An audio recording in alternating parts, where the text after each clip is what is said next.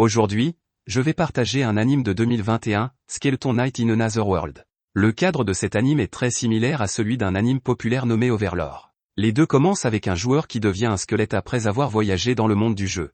Quant à savoir si l'histoire est la même, voyons ensemble. Après avoir été piégé dans le jeu, le garçon se reconnaît comme un personnage du jeu, un chevalier squelette maudit nommé Ark. Grâce à l'équipement sur son corps, il sait qu'il s'agit d'un chevalier, mais il découvre accidentellement qu'il peut utiliser non seulement les compétences du chevalier, mais aussi les compétences d'autres carrières. Afin de pouvoir survivre dans ce monde, Ark décide de devenir un mercenaire pour gagner de l'argent. Avant de devenir mercenaire, il doit chasser 3 bêtes en échange d'une carte de mercenaire. Ark termine rapidement la chasse. Sur le chemin du retour, il rencontre un groupe de bandits qui malmènent une noble dame et sa servante. Ark a un grand cœur, il ne supporte pas de voir les filles malmenées et les aide à tuer les bandits.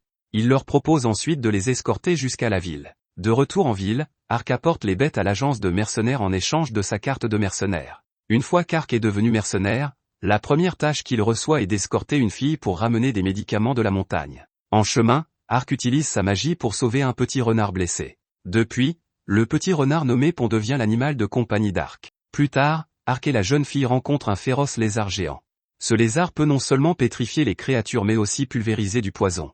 Ark envoie la fille dans un endroit sûr et entame un duel avec le lézard. Tout en utilisant son bouclier pour se défendre contre l'attaque, Ark essaie de connaître les faiblesses de l'ennemi et trouve rapidement une solution pour tuer le lézard géant. À ce moment-là, Ark remarque que le lézard porte un étrange anneau magique au pied, devinant que l'apparence du lézard est liée à celle des humains. Depuis qu'Ark a tué le lézard, il est avide d'aventure et décide d'entreprendre des missions difficiles. Par exemple, il veut se battre avec les bandits de la montagne. Contre toute attente, Ark les tue à nouveau facilement.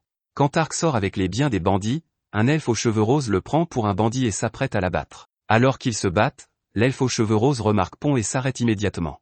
En fait, Pont est une bête rituelle féerique qui ne se montre amicale qu'avec les elfes et les gentils humains.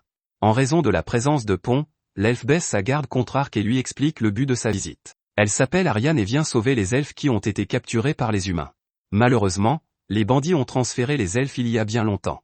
C'est la première fois qu'Ark rencontre un elfe après avoir voyagé dans le monde du jeu, il est donc très excité. Il propose à Ariane de l'aider à sauver ses compagnons, mais celle-ci refuse car elle ne fait pas confiance aux humains. Après le départ d'Ariane, Ark se sent toujours inquiet et cherche des indices. Finalement, dans la forêt où vivent les elfes, il trouve Ariane. En ce moment, elle se bat avec un groupe de marchands elfes qui savent qu'ils ne sont pas de taille à affronter Ariane, alors ils la menacent avec les elfes qu'ils ont attrapés et lui demandent de déposer ses armes. Ariane est désavantagée et Ark lance une magie qui soumet instantanément les trafiquants. Il sauve également les elfes pris au piège. La gentillesse d'Ark fait baisser la garde d'Ariane, qui le supplie alors de l'aider à libérer les autres elfes pris au piège. Le cœur d'Ark a été touché par l'apparence charmante d'Ariane il y a si longtemps, et il est déterminé à l'aider. Sous la direction d'Ariane, Ark rencontre le guerrier des elfes, Donka, à la taverne pour discuter du plan de bataille pour la nuit.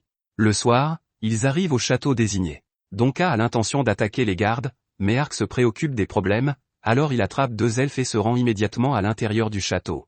Ils se séparent ensuite pour trouver l'endroit où les elfes sont emprisonnés. Pendant ce temps, Ark rencontre un ninja. Le ninja devine qu'Ark vient sauver les elfes car Pont, qui reste à côté d'Ark, est généralement proche des elfes. Il indique alors à Ark l'emplacement des elfes emprisonnés et lui donne également un document d'échange d'esclaves avant de partir. Ark suit les indications du ninja et trouve effectivement les elfes emprisonnés. De plus, le document indique qu'il y a 2 autres elfes emprisonnés dans le château du seigneur. Il semble que le ninja n'ait pas seulement les mêmes ennemis qu'eux, mais qu'il soit également amical envers les elfes. Après cela, Donka renvoie les elfes chez eux, et Ariane continue de sauver les elfes avec Ark. Cette fois, Ark utilise le pouvoir de téléportation pour se faufiler dans le château du seigneur avec Ariane. Dans la chambre à coucher, le seigneur est sur le point de brutaliser 2 jeunes filles elfes. Ariane arrive à temps pour utiliser sa compétence unique et lui donner une leçon. Les 2 elfes sauvés se joignent également à la vengeance. Plus tard, Ark, qui a observé la bataille, commence à chercher les trésors du seigneur. C'est alors que le château explose soudainement. Ark lance rapidement une magie et s'échappe du château avec Ariane et les trésors. Il semble qu'ils ne soient pas les seuls à s'être faufilés dans le château, il y a peut-être le ninja qu'ils ont rencontré auparavant. Après avoir réussi à sauver les elfes, Ariane invite Ark dans le campement des elfes, espérant coopérer avec Ark pendant longtemps. Ark sait que les elfes n'autorisent pas les étrangers à entrer et craint que son identité de squelette ne soit révélée et qu'Ariane ne devienne son ennemi. Ariane, sachant qu'Ark a été maudit pour devenir un squelette, promet d'être gentille avec Ark pour toujours et le convainc d'enlever son casque. Même si elle est effrayée par le squelette qui se trouve devant elle, elle reste amicale. La confiance d'Ariane fait ressentir à Ark sa gentillesse et il décide de l'accompagner chez les elfes. Ils arrivent bientôt à destination. Grâce à la patiente persuasion d'Ariane, son père, Dylan, le chef du village, et sa mère, Glennie, ne rejettent pas Ark. Ils l'accueillent chaleureusement et le remercient pour l'aide qu'il a apportée aux elfes. Ark est très heureux et enlève son casque pour manger pour la première fois dans ce monde. Le lendemain, Ariane et son père se rendent à une réunion des anciens elfes pour leur faire part des méfaits des humains. Les anciens pensent que si cette affaire n'est pas traitée correctement, il est facile de laisser une guerre éclater à nouveau. Finalement, ils décident de sauver les autres elfes capturés et de surveiller les mouvements des humains. De retour chez elle, Ariane décide de prendre un bain pour se détendre. Contre toute attente, elle rencontre Ark qui prend également un bain. Ariane est si timide qu'elle frappe Ark parce qu'il voit son corps. Par la suite, ils doivent faire comme si rien ne s'était passé. À cette époque, Dylan charge Ark d'enquêter sur la vente d'elfes dans d'autres royaumes avec Ariane. En guise de paiement, Dylan révèle des informations importantes sur la levée de la malédiction qui pèse sur Ark. Les arbres de la couronne du dragon poussent à l'endroit où habite le chef des dragons. La source autour de l'arbre peut lever n'importe quelle malédiction. Si les humains veulent entrer chez l'habitant, ils ont besoin de l'aide des elfes. Afin de lever la malédiction, Ark accepte la commande de Dylan. Peu de temps après leur départ, ils sont attaqués par un loup fantôme. Ark trouve un anneau magique familier sur le pied du roi loup. Après qu'Ark ait coupé l'anneau magique, le roi loup, qui était encore agressif tout à l'heure, s'arrête immédiatement et s'enfuit avec les soldats restants. Il semble que le loup fantôme, comme le lézard géant, soit contrôlé par quelqu'un dans les coulisses. En fait, les ennemis ne veulent pas les attaquer mais la princesse Uriana du royaume hostile s'approche d'eux. Après avoir appris que le seigneur du royaume vendait des elfes en privé, Uriana décide de se rendre dans le seul pays qui a des liens avec les elfes et de négocier avec eux pour éviter que des guerres n'éclatent. Son frère aîné, quant à lui, ne pense qu'à utiliser cet incident pour se battre pour l'héritage. À sa grande surprise, son frère aîné envoie quelqu'un pour la tuer secrètement afin d'éviter qu'elle ne soit impliquée dans la bataille pour l'héritage. Au même moment, Pon détecte l'odeur du sang non loin de là grâce à son ouïe et son odorat sensible, et se précipite avec Ark. Ark voit des cadavres sur le sol et un groupe d'assassins qui récupèrent les effets personnels de Yuri et sont prêts à s'enfuir. Ark se rend sur les lieux dès que possible, mais certains des assassins s'enfuient encore. Ark regarde la fille qui est morte et se souvient qu'il peut aider à ranimer les morts dans le jeu, alors il utilise la magie dès que possible. Les personnes qui viennent d'être tuées reviennent alors à la vie, seules certaines personnes mortes depuis trop longtemps ou gravement endommagées ne peuvent pas être ramenées à la vie. Uriana est hébétée et voit le dos d'Ark rempli de lumière sacrée, mais lorsqu'elle reprend ses esprits, elle ne voit personne. Cachée dans un coin, Ark entend les gardes appeler Uriana et comprend qu'il s'agit de la princesse. Après cet événement, Ark arrive dans le pays avec Ariane et rencontre le ninja qu'il avait rencontré auparavant. La ninja s'appelle Shiom. Elle vient voir Ark parce qu'elle a vu sa force et sa gentillesse et qu'elle veut qu'il l'aide à sauver les hommes bêtes, ses semblables qui sont réduits en esclavage par les humains. En échange, Shiom promet de lui fournir des informations sur les elfes enlevés. Ils finissent par s'associer et partent ensemble à la rescousse des hommes bêtes. Le voyage d'Ark ne fait alors que commencer. Shiom est accompagné d'un autre ninja, Geman. Geman joue un rôle clé dans l'opération. Il peut non seulement devenir invulnérable grâce au ninjutsu, mais aussi faire trembler la terre et dresser des pics pour attaquer l'ennemi. Ark lance alors de la magie pour coopérer avec Geman. Les gardes à l'intérieur du château sont immédiatement déstabilisés par les pics géants qui jaillissent du sol. Ils battent bientôt tous les soldats et réussissent à s'introduire dans le donjon où sont emprisonnés les hommes bêtes. Ark met les hommes bêtes en sécurité grâce à la magie de la téléportation. Il rencontre ensuite Geman et allume un feu pour brûler le lieu de péché. À ce moment-là, la première personne à vendre des hommes bêtes, le prince d'Arkar, est furieux d'apprendre la destruction du château. Soudain, il est mortellement attaqué par l'un de ses hommes. Celui qui achète cet homme est le prince Sect, qui lui dispute le trône. Sect observe que le château a été pris pour cible il y a si longtemps et sait également que Darkar a assassiné Uriana. Il tend donc un piège et place le collier de Uriana à côté de Darkar, inventant un mensonge selon lequel Darkar assassine Uriana et veut provoquer une rébellion, mais il est exécuté par ses hommes pour la justice. Cependant, il ne sait pas que Uriana est toujours en vie et il est fier d'avoir le seul droit de succession au trône. Pendant ce temps, Ark et Ariane reçoivent un indice de Chom. Les elfes capturés par les humains sont revendus à un autre pays. Ce pays est encore plus grand que celui dans lequel il se trouve actuellement, et l'empereur de ce pays, Demisu, avait l'habitude de soutenir secrètement Darkar pour obtenir le trône. À ce moment-là, ils ne savent pas que les monstres contrôlés par l'anneau magique sont fournis par Finba, l'homme de Demisu. Ark et Ariane voient de nombreux dragons volants lorsqu'ils entrent dans le pays. Ark n'a jamais vu une telle scène et est très excité. Ariane, elle, se sent un peu mal à l'aise. Elle emmène avec elle un oiseau capable d'imiter la voix humaine pour transmettre des messages.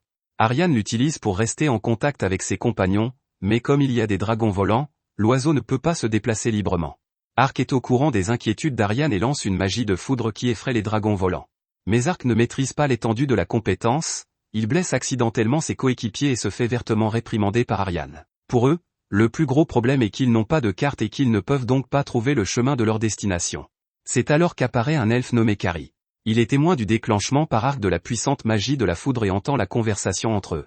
Kari est un expert en monstres et il engage Arc pour l'aider à capturer les monstres avec, en guise de paiement, une carte et un manuel illustré des monstres. Arc est curieux de ce monde et accepte le marché.